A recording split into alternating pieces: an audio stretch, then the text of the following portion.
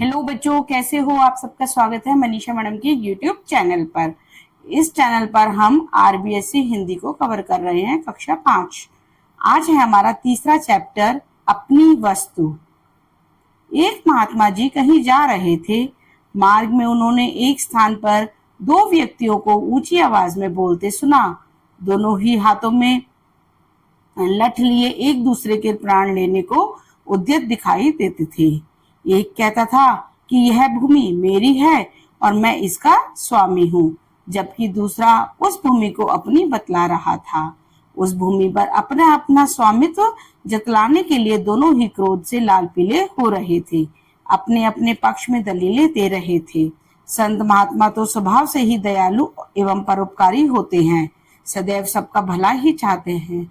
उन्होंने मन ही मन विचार किया कि ये दोनों लड़ाई झगड़ा करके व्यर्थ ही अपने प्राण गंवाने पर तुले हुए हैं, अतएव इन्हें समझा बुझाकर शांत करने और इनका आपस में समझौता कराने का प्रयास करना चाहिए।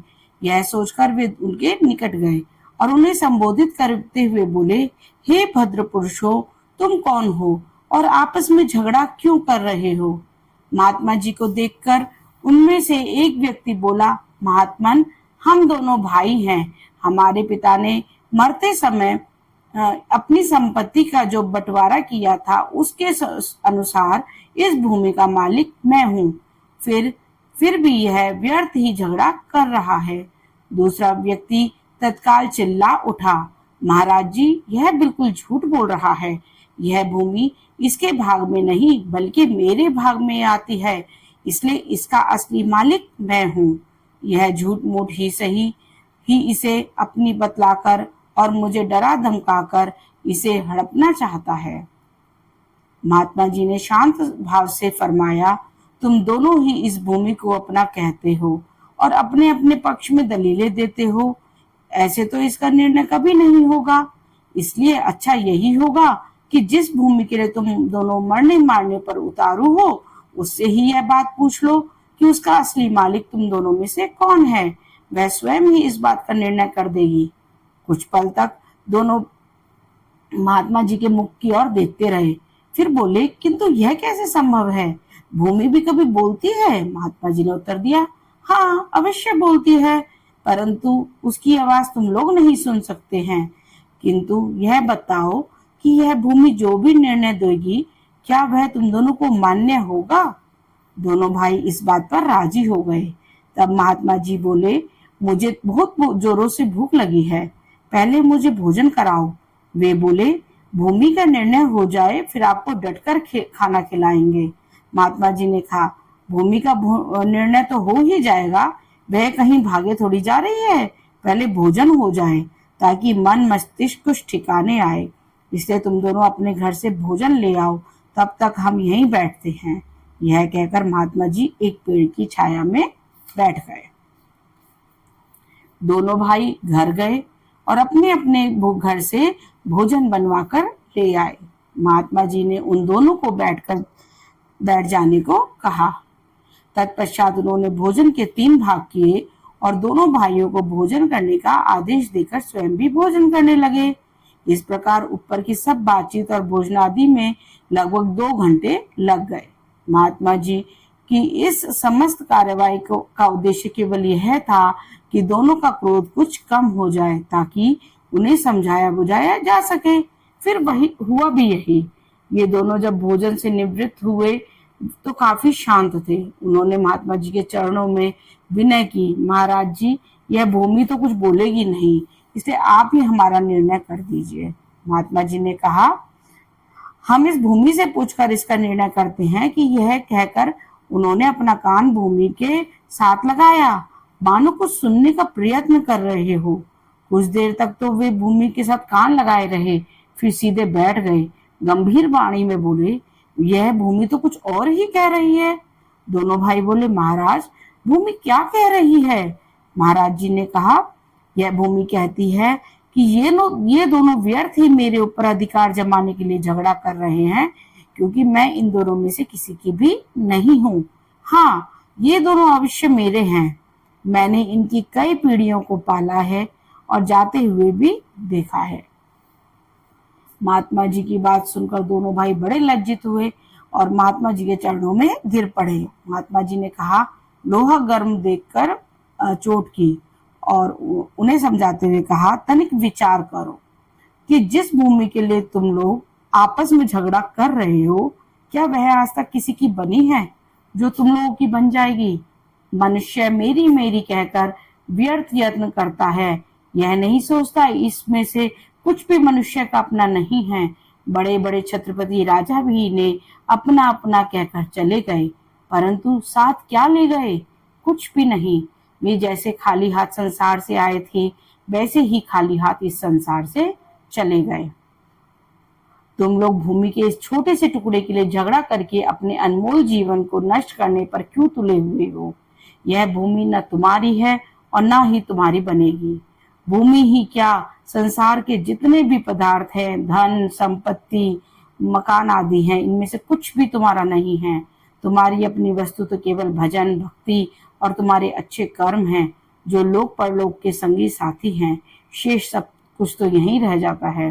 अतएव आपस में लड़ने झगड़ने और मनुष्य जन्म के मूल्यवान समय को व्यर्थ नष्ट करने की अपेक्षा जीवन को अच्छे कर्मों और नाम सुमरण में लगाओ, ताकि तुम्हारा लोक परलोक संवर जाए। दोनों ने महात्मा जी के चरणों में गिरकर अपनी भूल के लिए क्षमा मांगी। उस दिन से सबके साथ प्रेम का व्यवहार करते हुए, अपने समय को भजन भक्ति में लगाते हुए अपना जन्म सफल करने लगे। बेटा, इस कहानी का सार क्या है? कहानी का सार है, एक महात्मा जी कहीं जा रहे थे। रास्ते में उन्होंने दो भाइयों को जमीन पर अधिकार के लिए लड़ते हुए देखा। महात्मा जी समझ गए कि दोनों आप बेकार में आप लड़कर अपना प्राण गंवा देंगे। उन्होंने उन दोनों को समझाने का निश्चय किया। उन्होंने कहा, इस भूमि का मालिक कौन है, यह इस भूमि से ही पूछ लेते हैं। दोनों भाई इसके लिए राजी हो गए। महात्मा जी ने पहले उन दोनों के घर से भोजन मंगवाया और उन दोनों भाइयों के साथ भोजन किया। उन्होंने भोजन करने में काफी समय लगाया, जिससे उन दोनों का गुस्सा थोड़ा शांत हो सके। भोजन के बाद दोनों भाइयों ने भूमि के मालिक का निर्णय करने के लिए कहा। महात्मा जी ने धरती पे अपना कान लगाया और फिर कुछ सुन रहे हो। इसके बाद उन्होंने उन दोनों भाइयों से कहा, यह भूमि कह रही है, वह तुम दोनों में से किसी की भी नहीं है। हाँ, तुम दोनों इसके आवश्यक हो। तो बेटा, आपको ये कहानी अच्छे से समझ आ गई होगी। अब करते हैं हम इसके शब्दार्थ।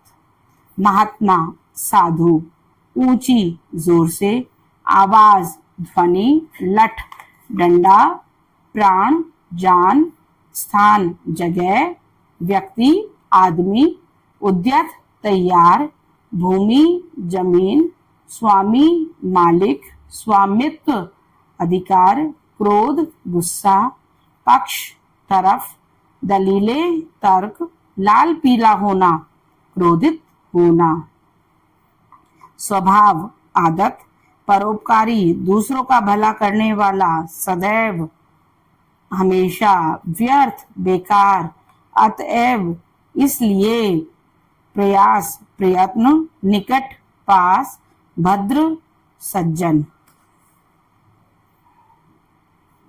फरमाया कहा, दलील तर्क, निर्णय फैसला, उतारू तैयार, मालिक स्वामी, ताकना लगातार देखना, मान्य स्वीकार, राजी तैयार, जोरो तीव्र, डटकर पेट भरकर, मस्तिष्क दिमाग, ठिकाने ठीक स्थित।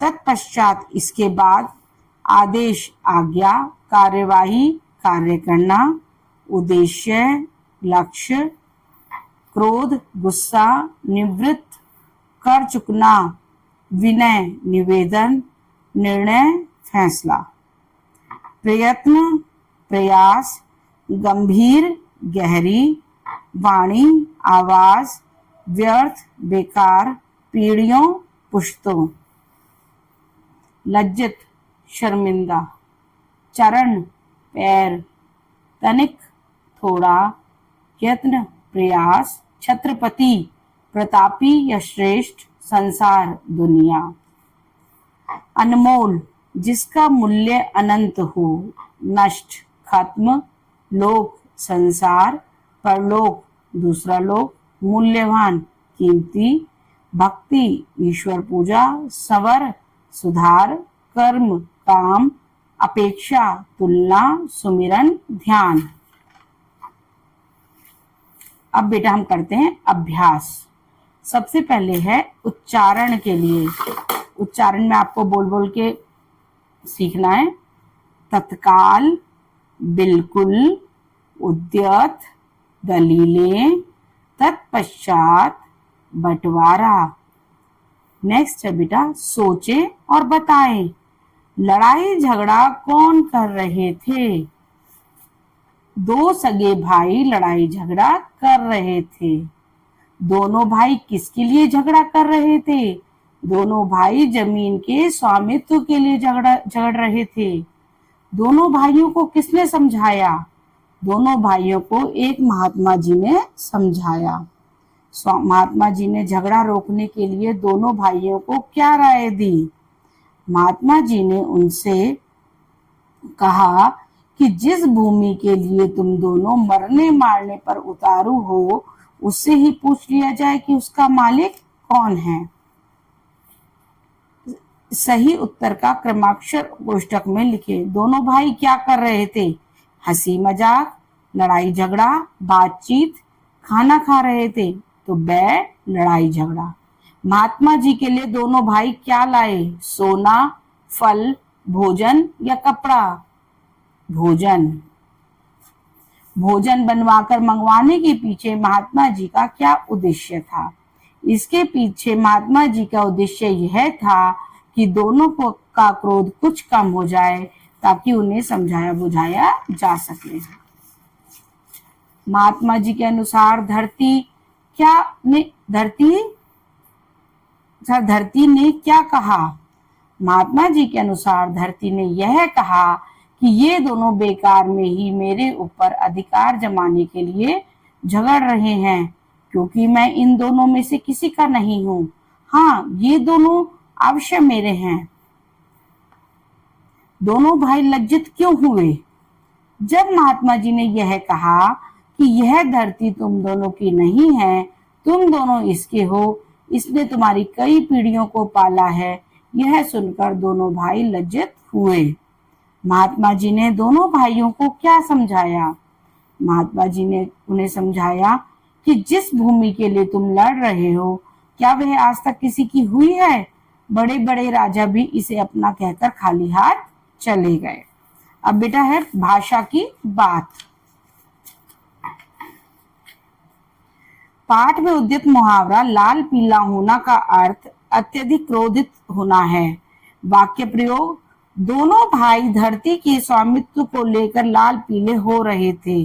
इसी प्रकार आप भी नीचे लिखे मुहावरों का वाक्यों में प्रयोग करें। पहला है 9-2-11 होना। इसका बेटा अर्थ बनेगा भाग जाना। वाक्य है, गुरु जी को देखकर बच्चे मैदान से 9-2-11 हो गए। दूसरा है पसीना पसीना होना। पसीना पसीना होना मतलब घबरा जाना। वाक्य, पुलिस को देखकर डाकू पसीने पसीने हो गए। आगे है बेटा यह भी करें, किसने क्या क्या कहा? भाई ने भाई से क्या कहा? भाई ने भाई से कहा, यह भूमि मेरी है, मैं इसका स्वामी हूँ। महात्मा जी ने भाइयों से क्या कहा? महात्मा जी ने कहा, हे भद्र पुरुषों, तुम लोग कौन हो और आपस में झगड़ा क्यों कर रहे हो? भूमि ने महात्मा जी से क्या कहा? भूमि ने कहा, ये दोनों व्यर्थ ही मेरे ऊपर अधिकार जमाने के लिए झगड़ा कर रहे हैं, क्योंकि मैं इन दोनों में से किसी का भी नहीं हूँ।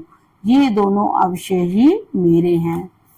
आप भी इसी प्रकार के प्रेरक प्रसंगों का संकलन कर अपने विद्यालय की बाल सभा व प्रार्थना सभा में सुनाएं।